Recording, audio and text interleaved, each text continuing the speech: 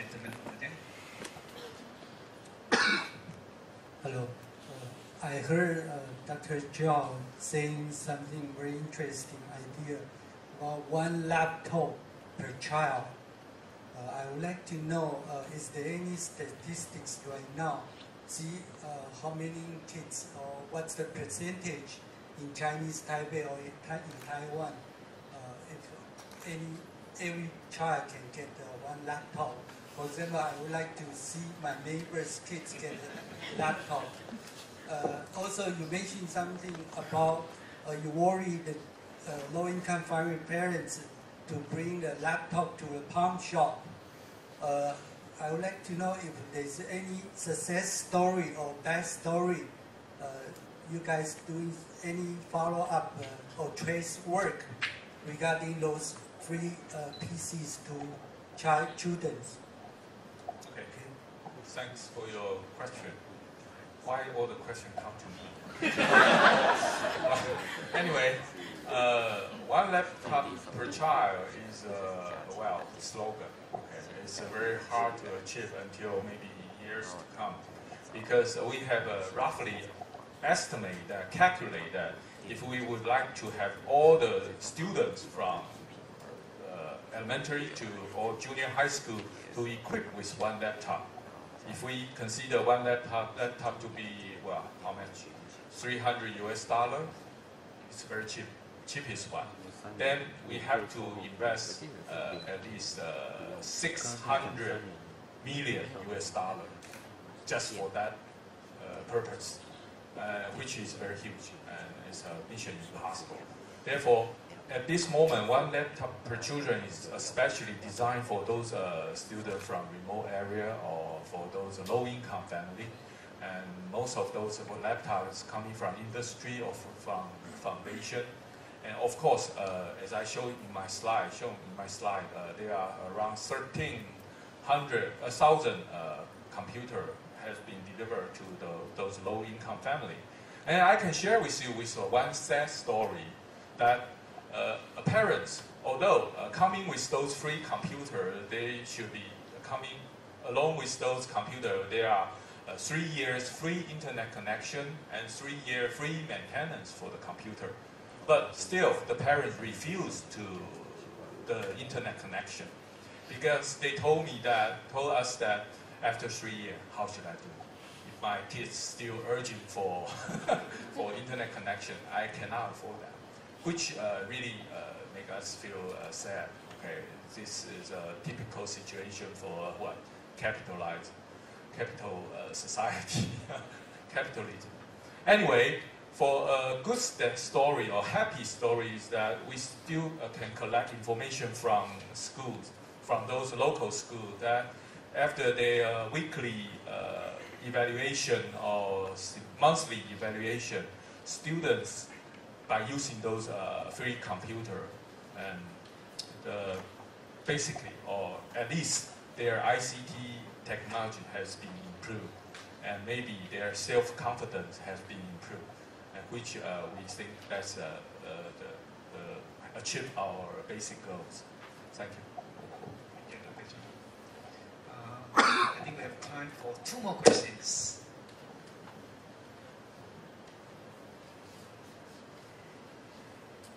Yes, lady at the back there.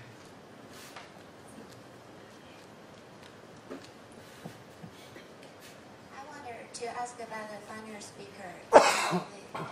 Recently, eco-tourism has become a fashion trend. However, eco-tourism may bring your economic, bring money to your country, yet it may just ruin your environmental protection. So, how do you think about this? If they bring money, then the IT learning may get improved.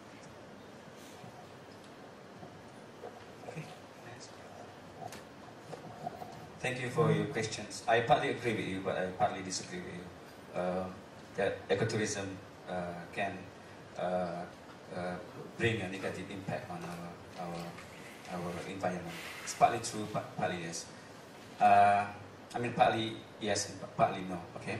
So that's why we try to address that challenge, you know, because we value that ecotourism can give a very good pressures, you know, because ecotourism depend on the viable ecosystem, depend on a good nature.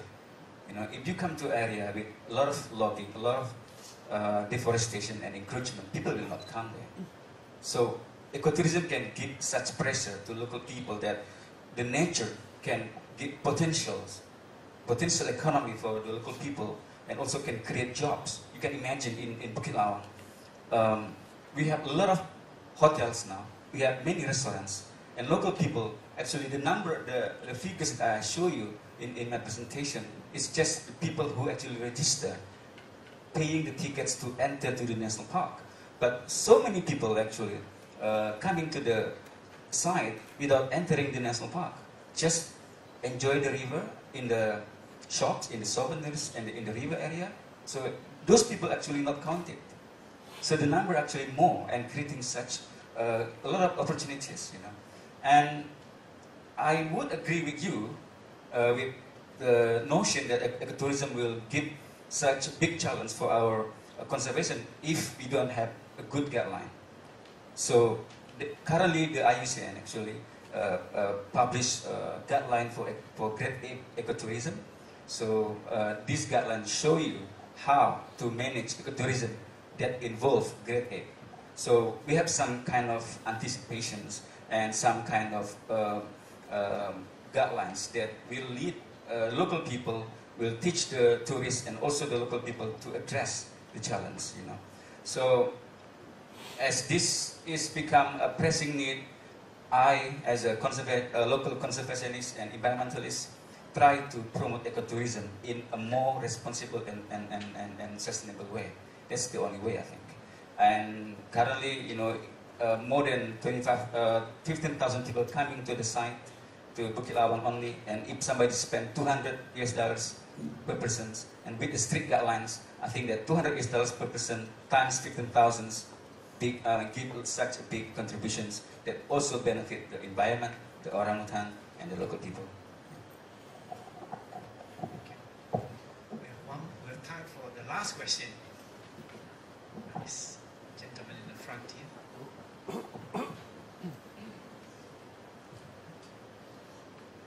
Thank you, every destined guest, for raising very good idea for the ITC using.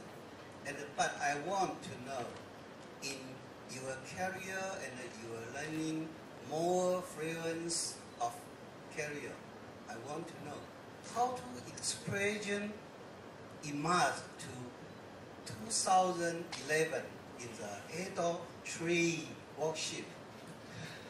Please, thank you, everyone. So, can you just try to understand the points? It's talking about Adoc 3.0 in 2011. Yeah.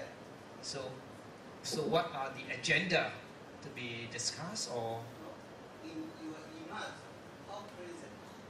how to present in last year for broadcasting. Yeah. You mean bring the awareness of Adoc 3.0? Yeah. To the world? Next year, yes. Present everyone how to you imagine next year. You want to ITC to progress. Okay. 那你下一年要怎么做3.0的 workshop？ Let me try to understand. 还说一直拿买第4。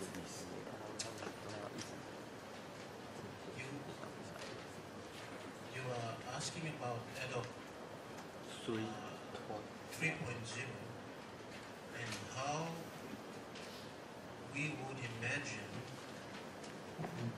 what kind of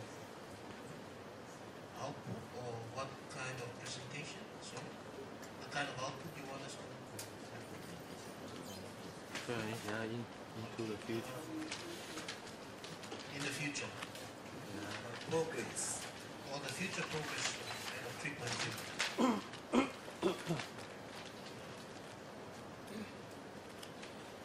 probably let me try to answer this question if I can.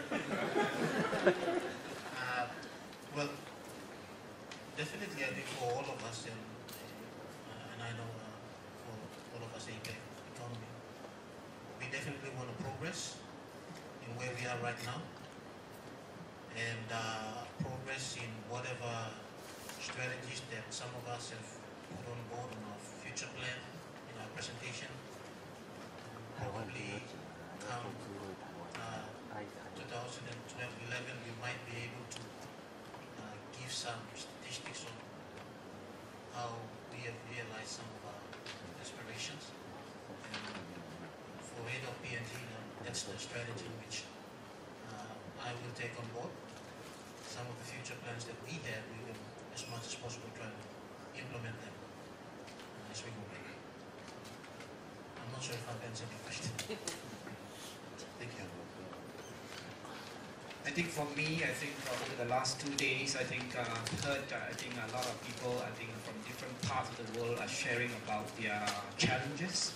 For example, earlier on, Brian actually shared about the challenges he faced in Papua New Guinea.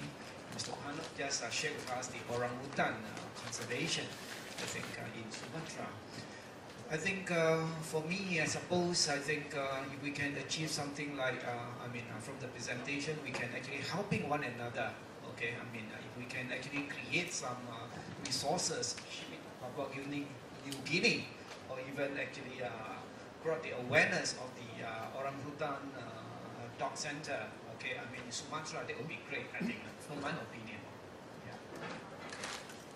Anything to add? As an environmentalist, I would rather say that Adoc in the future can also engage more people who works on the grassroots level, who works in the natural resources conservations. I think, as I said in the beginning of my presentation, that ICT is not just an technology, but it's a platform that can be that many resources we can benefit from ICT for social development, education, economy, also conservation program. So I think we are not be able to solve the whole problem in the world, but by stepping forward in the future and looking at the whole environment as our asset that we have to protect in the future, I think ICT can help. Thank you. For our part, our foundation has been going around teaching computer literacy. After we leave the place, we suggest that Adoc 2.0 can donate some computers to be put in each locality we have visited, so that our graduates will continue to learn and upgrade their skill. Otherwise, if they don't use it, they will forget how to use it, and there won't be much benefit to what we have given.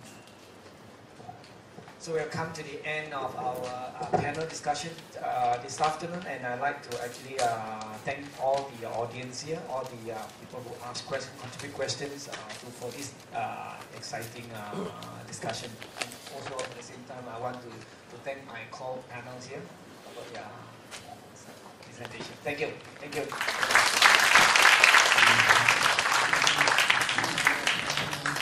Well, ladies and gentlemen, I'm sure you all agree with me that it has been a very meaningful 2-day seminar, and we look forward, as the other gentleman said, the Adoc 3.0.